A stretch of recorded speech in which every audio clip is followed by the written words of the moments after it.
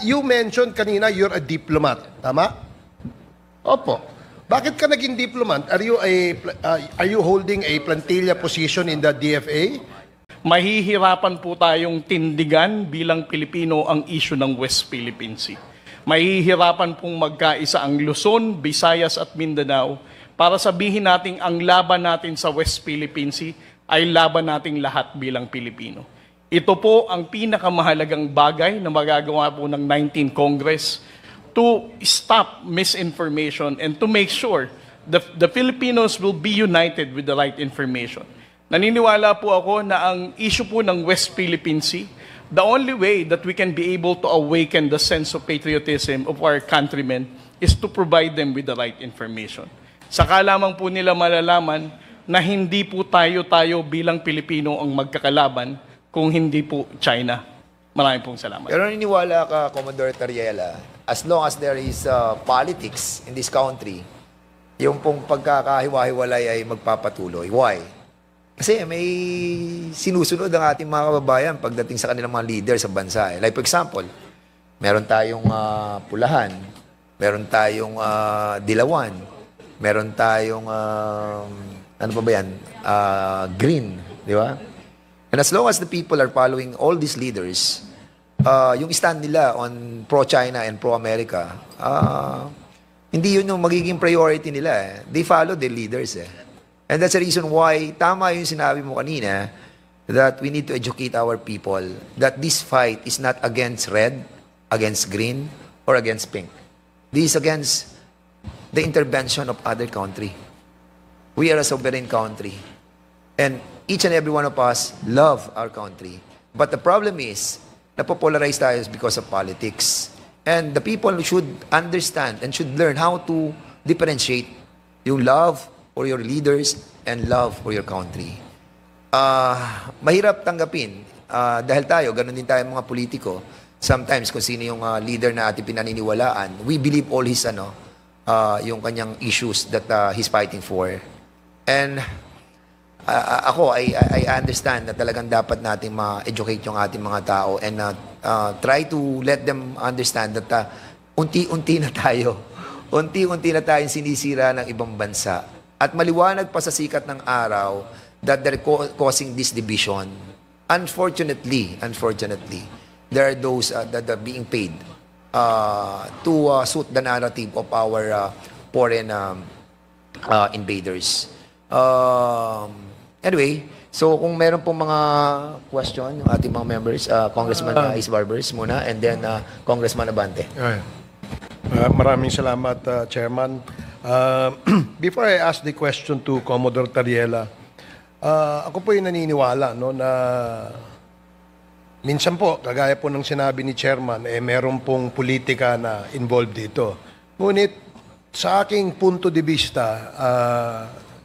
Mr. Chairman, ang ibig bang sabihin na napupolitika, kaya nahahati ang may pumapanig sa China, may pumapanig sa Pilipino, I perfectly understand if some of the Filipinos would support a candidate, a local candidate at that. I would perfectly understand kung merong pinapanigan na mga Pilipino rin. Pero kung pumanig ka sa China at tinulak mo ang naratibo ng China, hindi na politika yun. Pag-traidor na yun sa ating bayan. And higit sa lahat, ang nakakalungkot, Pilipino ang gumagawa po niyan. Ngayon, nabanggit kanina ni Commodore Tariela that there are some, I suppose, correct me if I'm wrong, there are vloggers who are actually pushing forward the narrative of China in the issue of West Philippine Sea. Is that correct? Yes, Mr. Chair. Can you identify them and inform this committee kung sino-sino itong mga to? As what I mentioned during the last committee meeting, Mr. Chair, I have identified Mr. Mark Lopez and also Mr. Ado Paglinawan. He has written a lot of articles contradicting the factual narrative of the Philippine government when it comes to our fight in the West Philippine Sea. Oh, okay. So, you also mentioned that there could be a motivation why they're pushing forward the China narrative. Is that correct? Yes, Mr. Chair. Okay. So, Ano kaya ang motivation, Commodore? Well, I don't have any idea behind the motivation, Mr. Chair, but we can just probably speculate, no, for some And other reason. based on your speculation, what could have been, or what could have been the motive or motivation of these people who have been pushing forward the narrative of China? Well, looking at the incidents that happen in different countries, Mr. Chair, we know for a fact that there are people who are using a pro-China narrative, whether in the United States or in Australia or any other countries, because they are being supported financially. Doon ba sa kanilang mga, did they state some facts on, kagaya po nung sinabi ninyo, na sinasabi nila na kayo ang talagang traidor dahil kayo ay naniniwala sa Amerika? Tama po ba yun? Yes, Mr. Chair. And did they state some facts or dahilan kung bakit ganun ang kanilang sinabi? They did not support such claim, Mr. Chair. They just mentioned na taksil ako. And for example, for Mr. Ado Paglinawan, he always enjoyed calling me as tonto of Mr. Ray Powell. Is Mr. Paglinawan here? You are Mr. Paglinawan, sir? Opo. Okay, pwede po bang magtanong sa inyo, sir? Ano ho ang inyong posisyon tungkol sa paglalagay ng mga installations or buildings sa West Philippine Sea ng bansang China? Ano po inyong pananaw dyan? Ang pananaw ko po dito ay hindi napipinto sa pro-China o pro-US. Dahil kami po sa Asian Century PH. With all due respects to the Congresswoman from Bataan, ang aming pong panuntunan, kumukuha kami ng mga aligasyon, pina-fact check namin. At kung may diversion, nagbibigay kami ng sarili naming opinion. Yan po ang proseso na aming sinusundan. Sa pagtatayo po ng mga installation ng China dyan, yan po ay batay sa kanilang pananaw.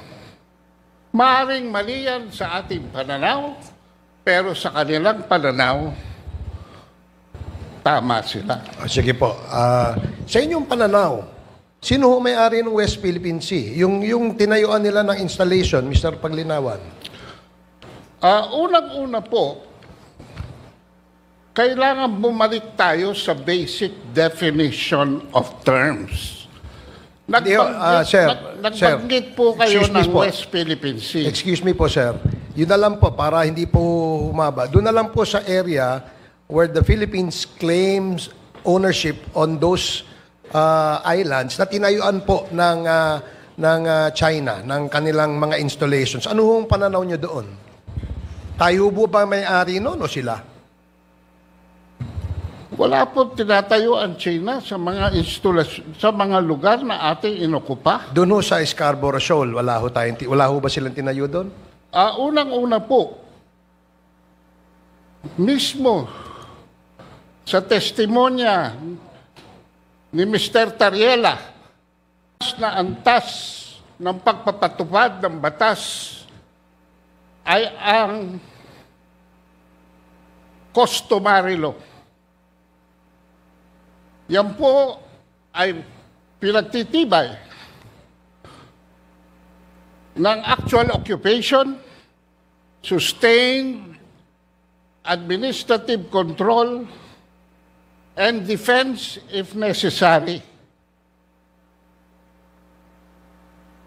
Magbibigay po ako ng ehemplo. Noong pong 2012,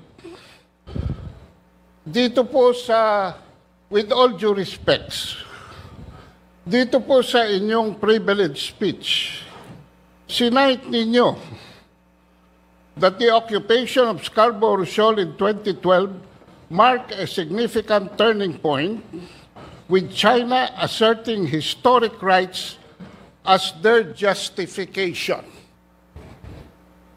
Isumiti po natin ito sa fact check. Hindi po historic rights ang pinagtitibay ng China sa Scarborough Shoal.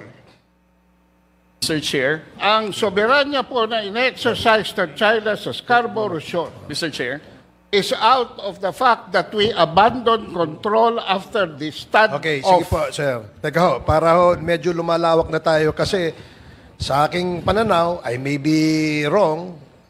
In your case, you may also be wrong. Sabi po ng UNCLOS kasi, yung area yon ay atin. Kaya nga ho, ang tanong ko sa inyo, ano mang inyong pananaw? Wala po kayong maipapakita Mr. sa Chair? akin.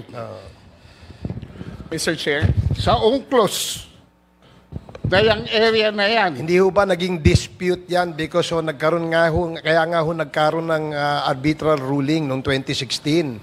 Dahil po kiniklaim yan at tayo naman po ay kiniklaim nating ating yan. Sige, ang Commodore Tariela, arbitral ruling excuse po, me lang Mr. sir. Chair. Wait. Excuse me, sir. Order, Si order. Commodore Tariela.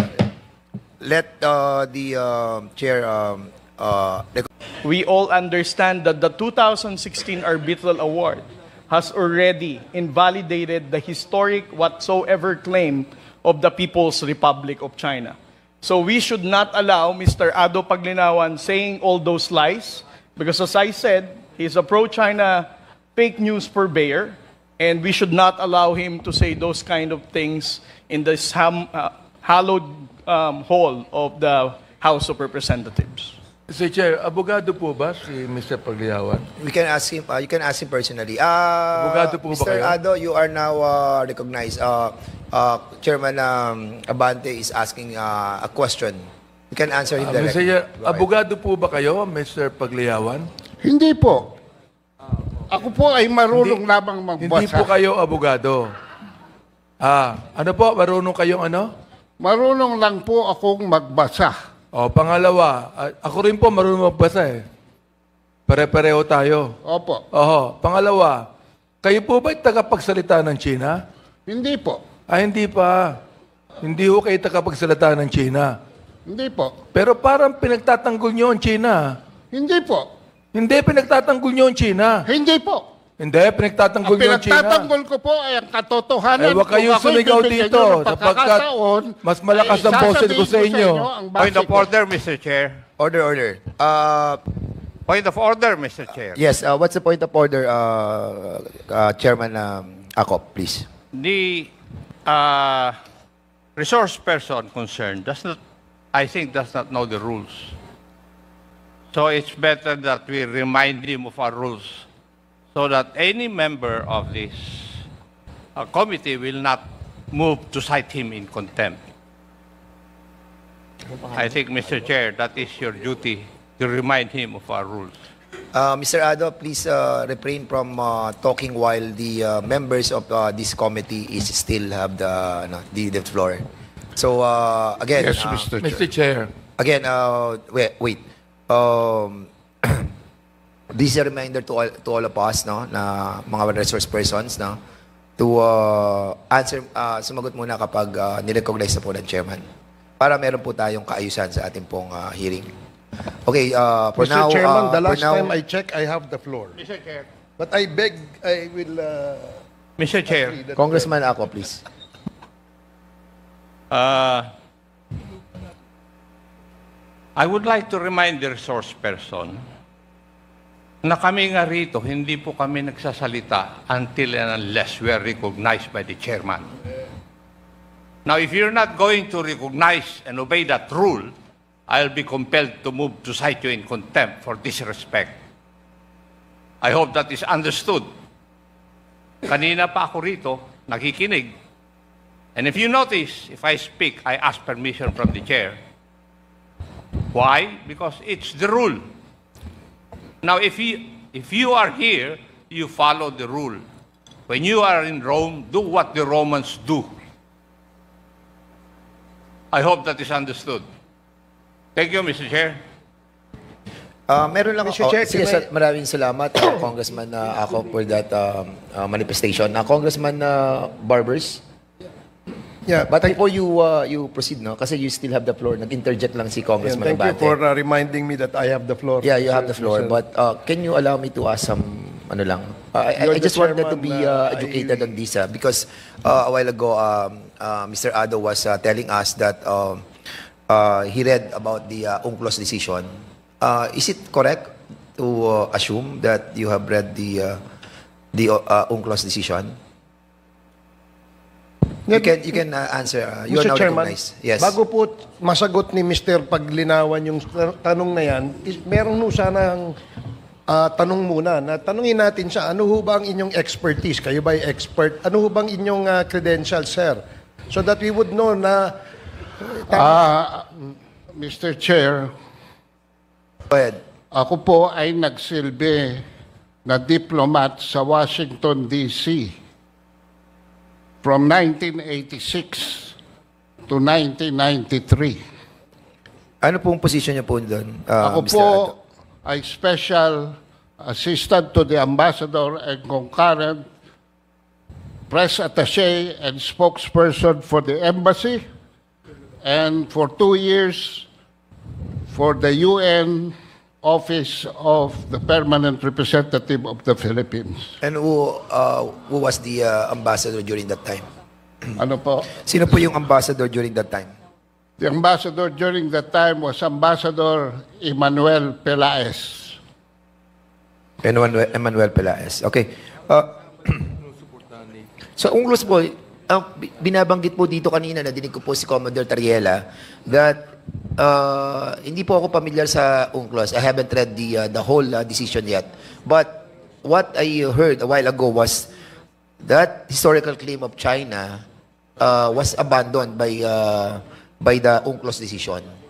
So, yung kiniklaim nila that that part of the WPS is part of their historical territory had been abandoned by the UNCLOS decision. Would you agree with that? Since nabasa po niyo yung UNCLOS? Ako po, Hindi, Mr. sagutin niyo po Chair, muna ako, sir. Ako Kung yung po ba, would you agree na sa nabasa po ninyo sa UNCLOS decision, yung pong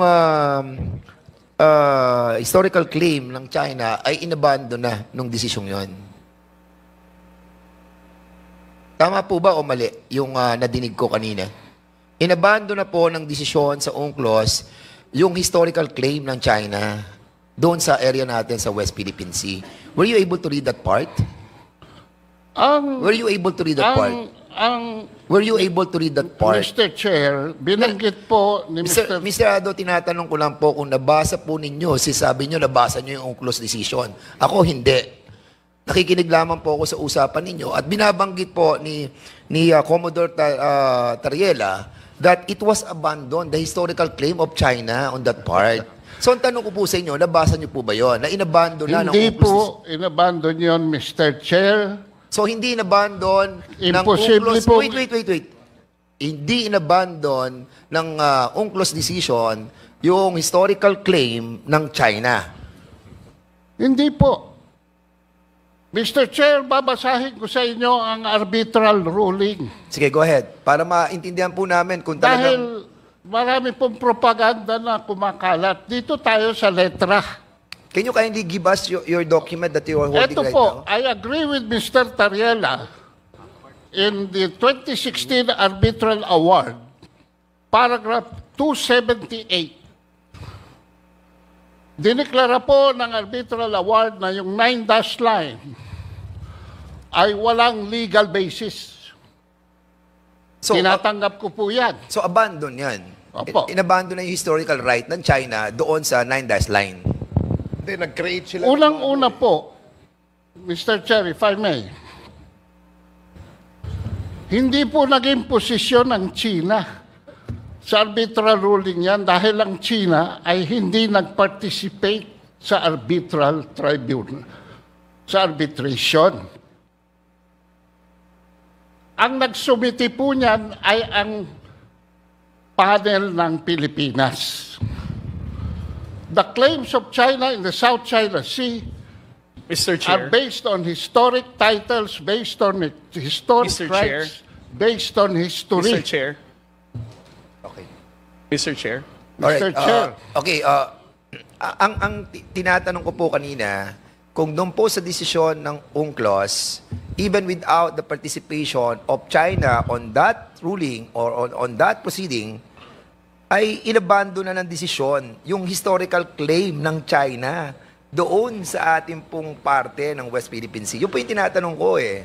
Hindi po naman UNCLOS ang nagdesisyon, Mr. Chair. Mr. Chair. Arbitral ruling. Yung arbitral ruling. Opo. So yun din po yun eh.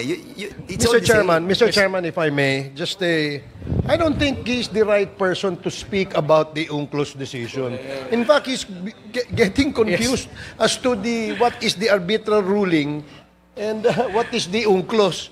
Alam mo, Mr. Chair, may I ask, Mr. Paglinawan, you mentioned kanina you're a diplomat, tama? Opo. Bakit ka naging diplomat? Are you holding a plantilla position in the DFA? Anong position nyo? At the time of my appointment, Your Honor, I was a political appointee. But at Political the time of my termination of tenure, No, I sir. was certified by the Sir, President to sir. have already been joined the ranks. Sir, hindi ka ho diplomat. Hindi ka ho diplomat. Kasi ang diplomat po, organic po sa Department of Foreign Affairs. Oh, yan po yung mga ambassador. Kayo po ay hindi.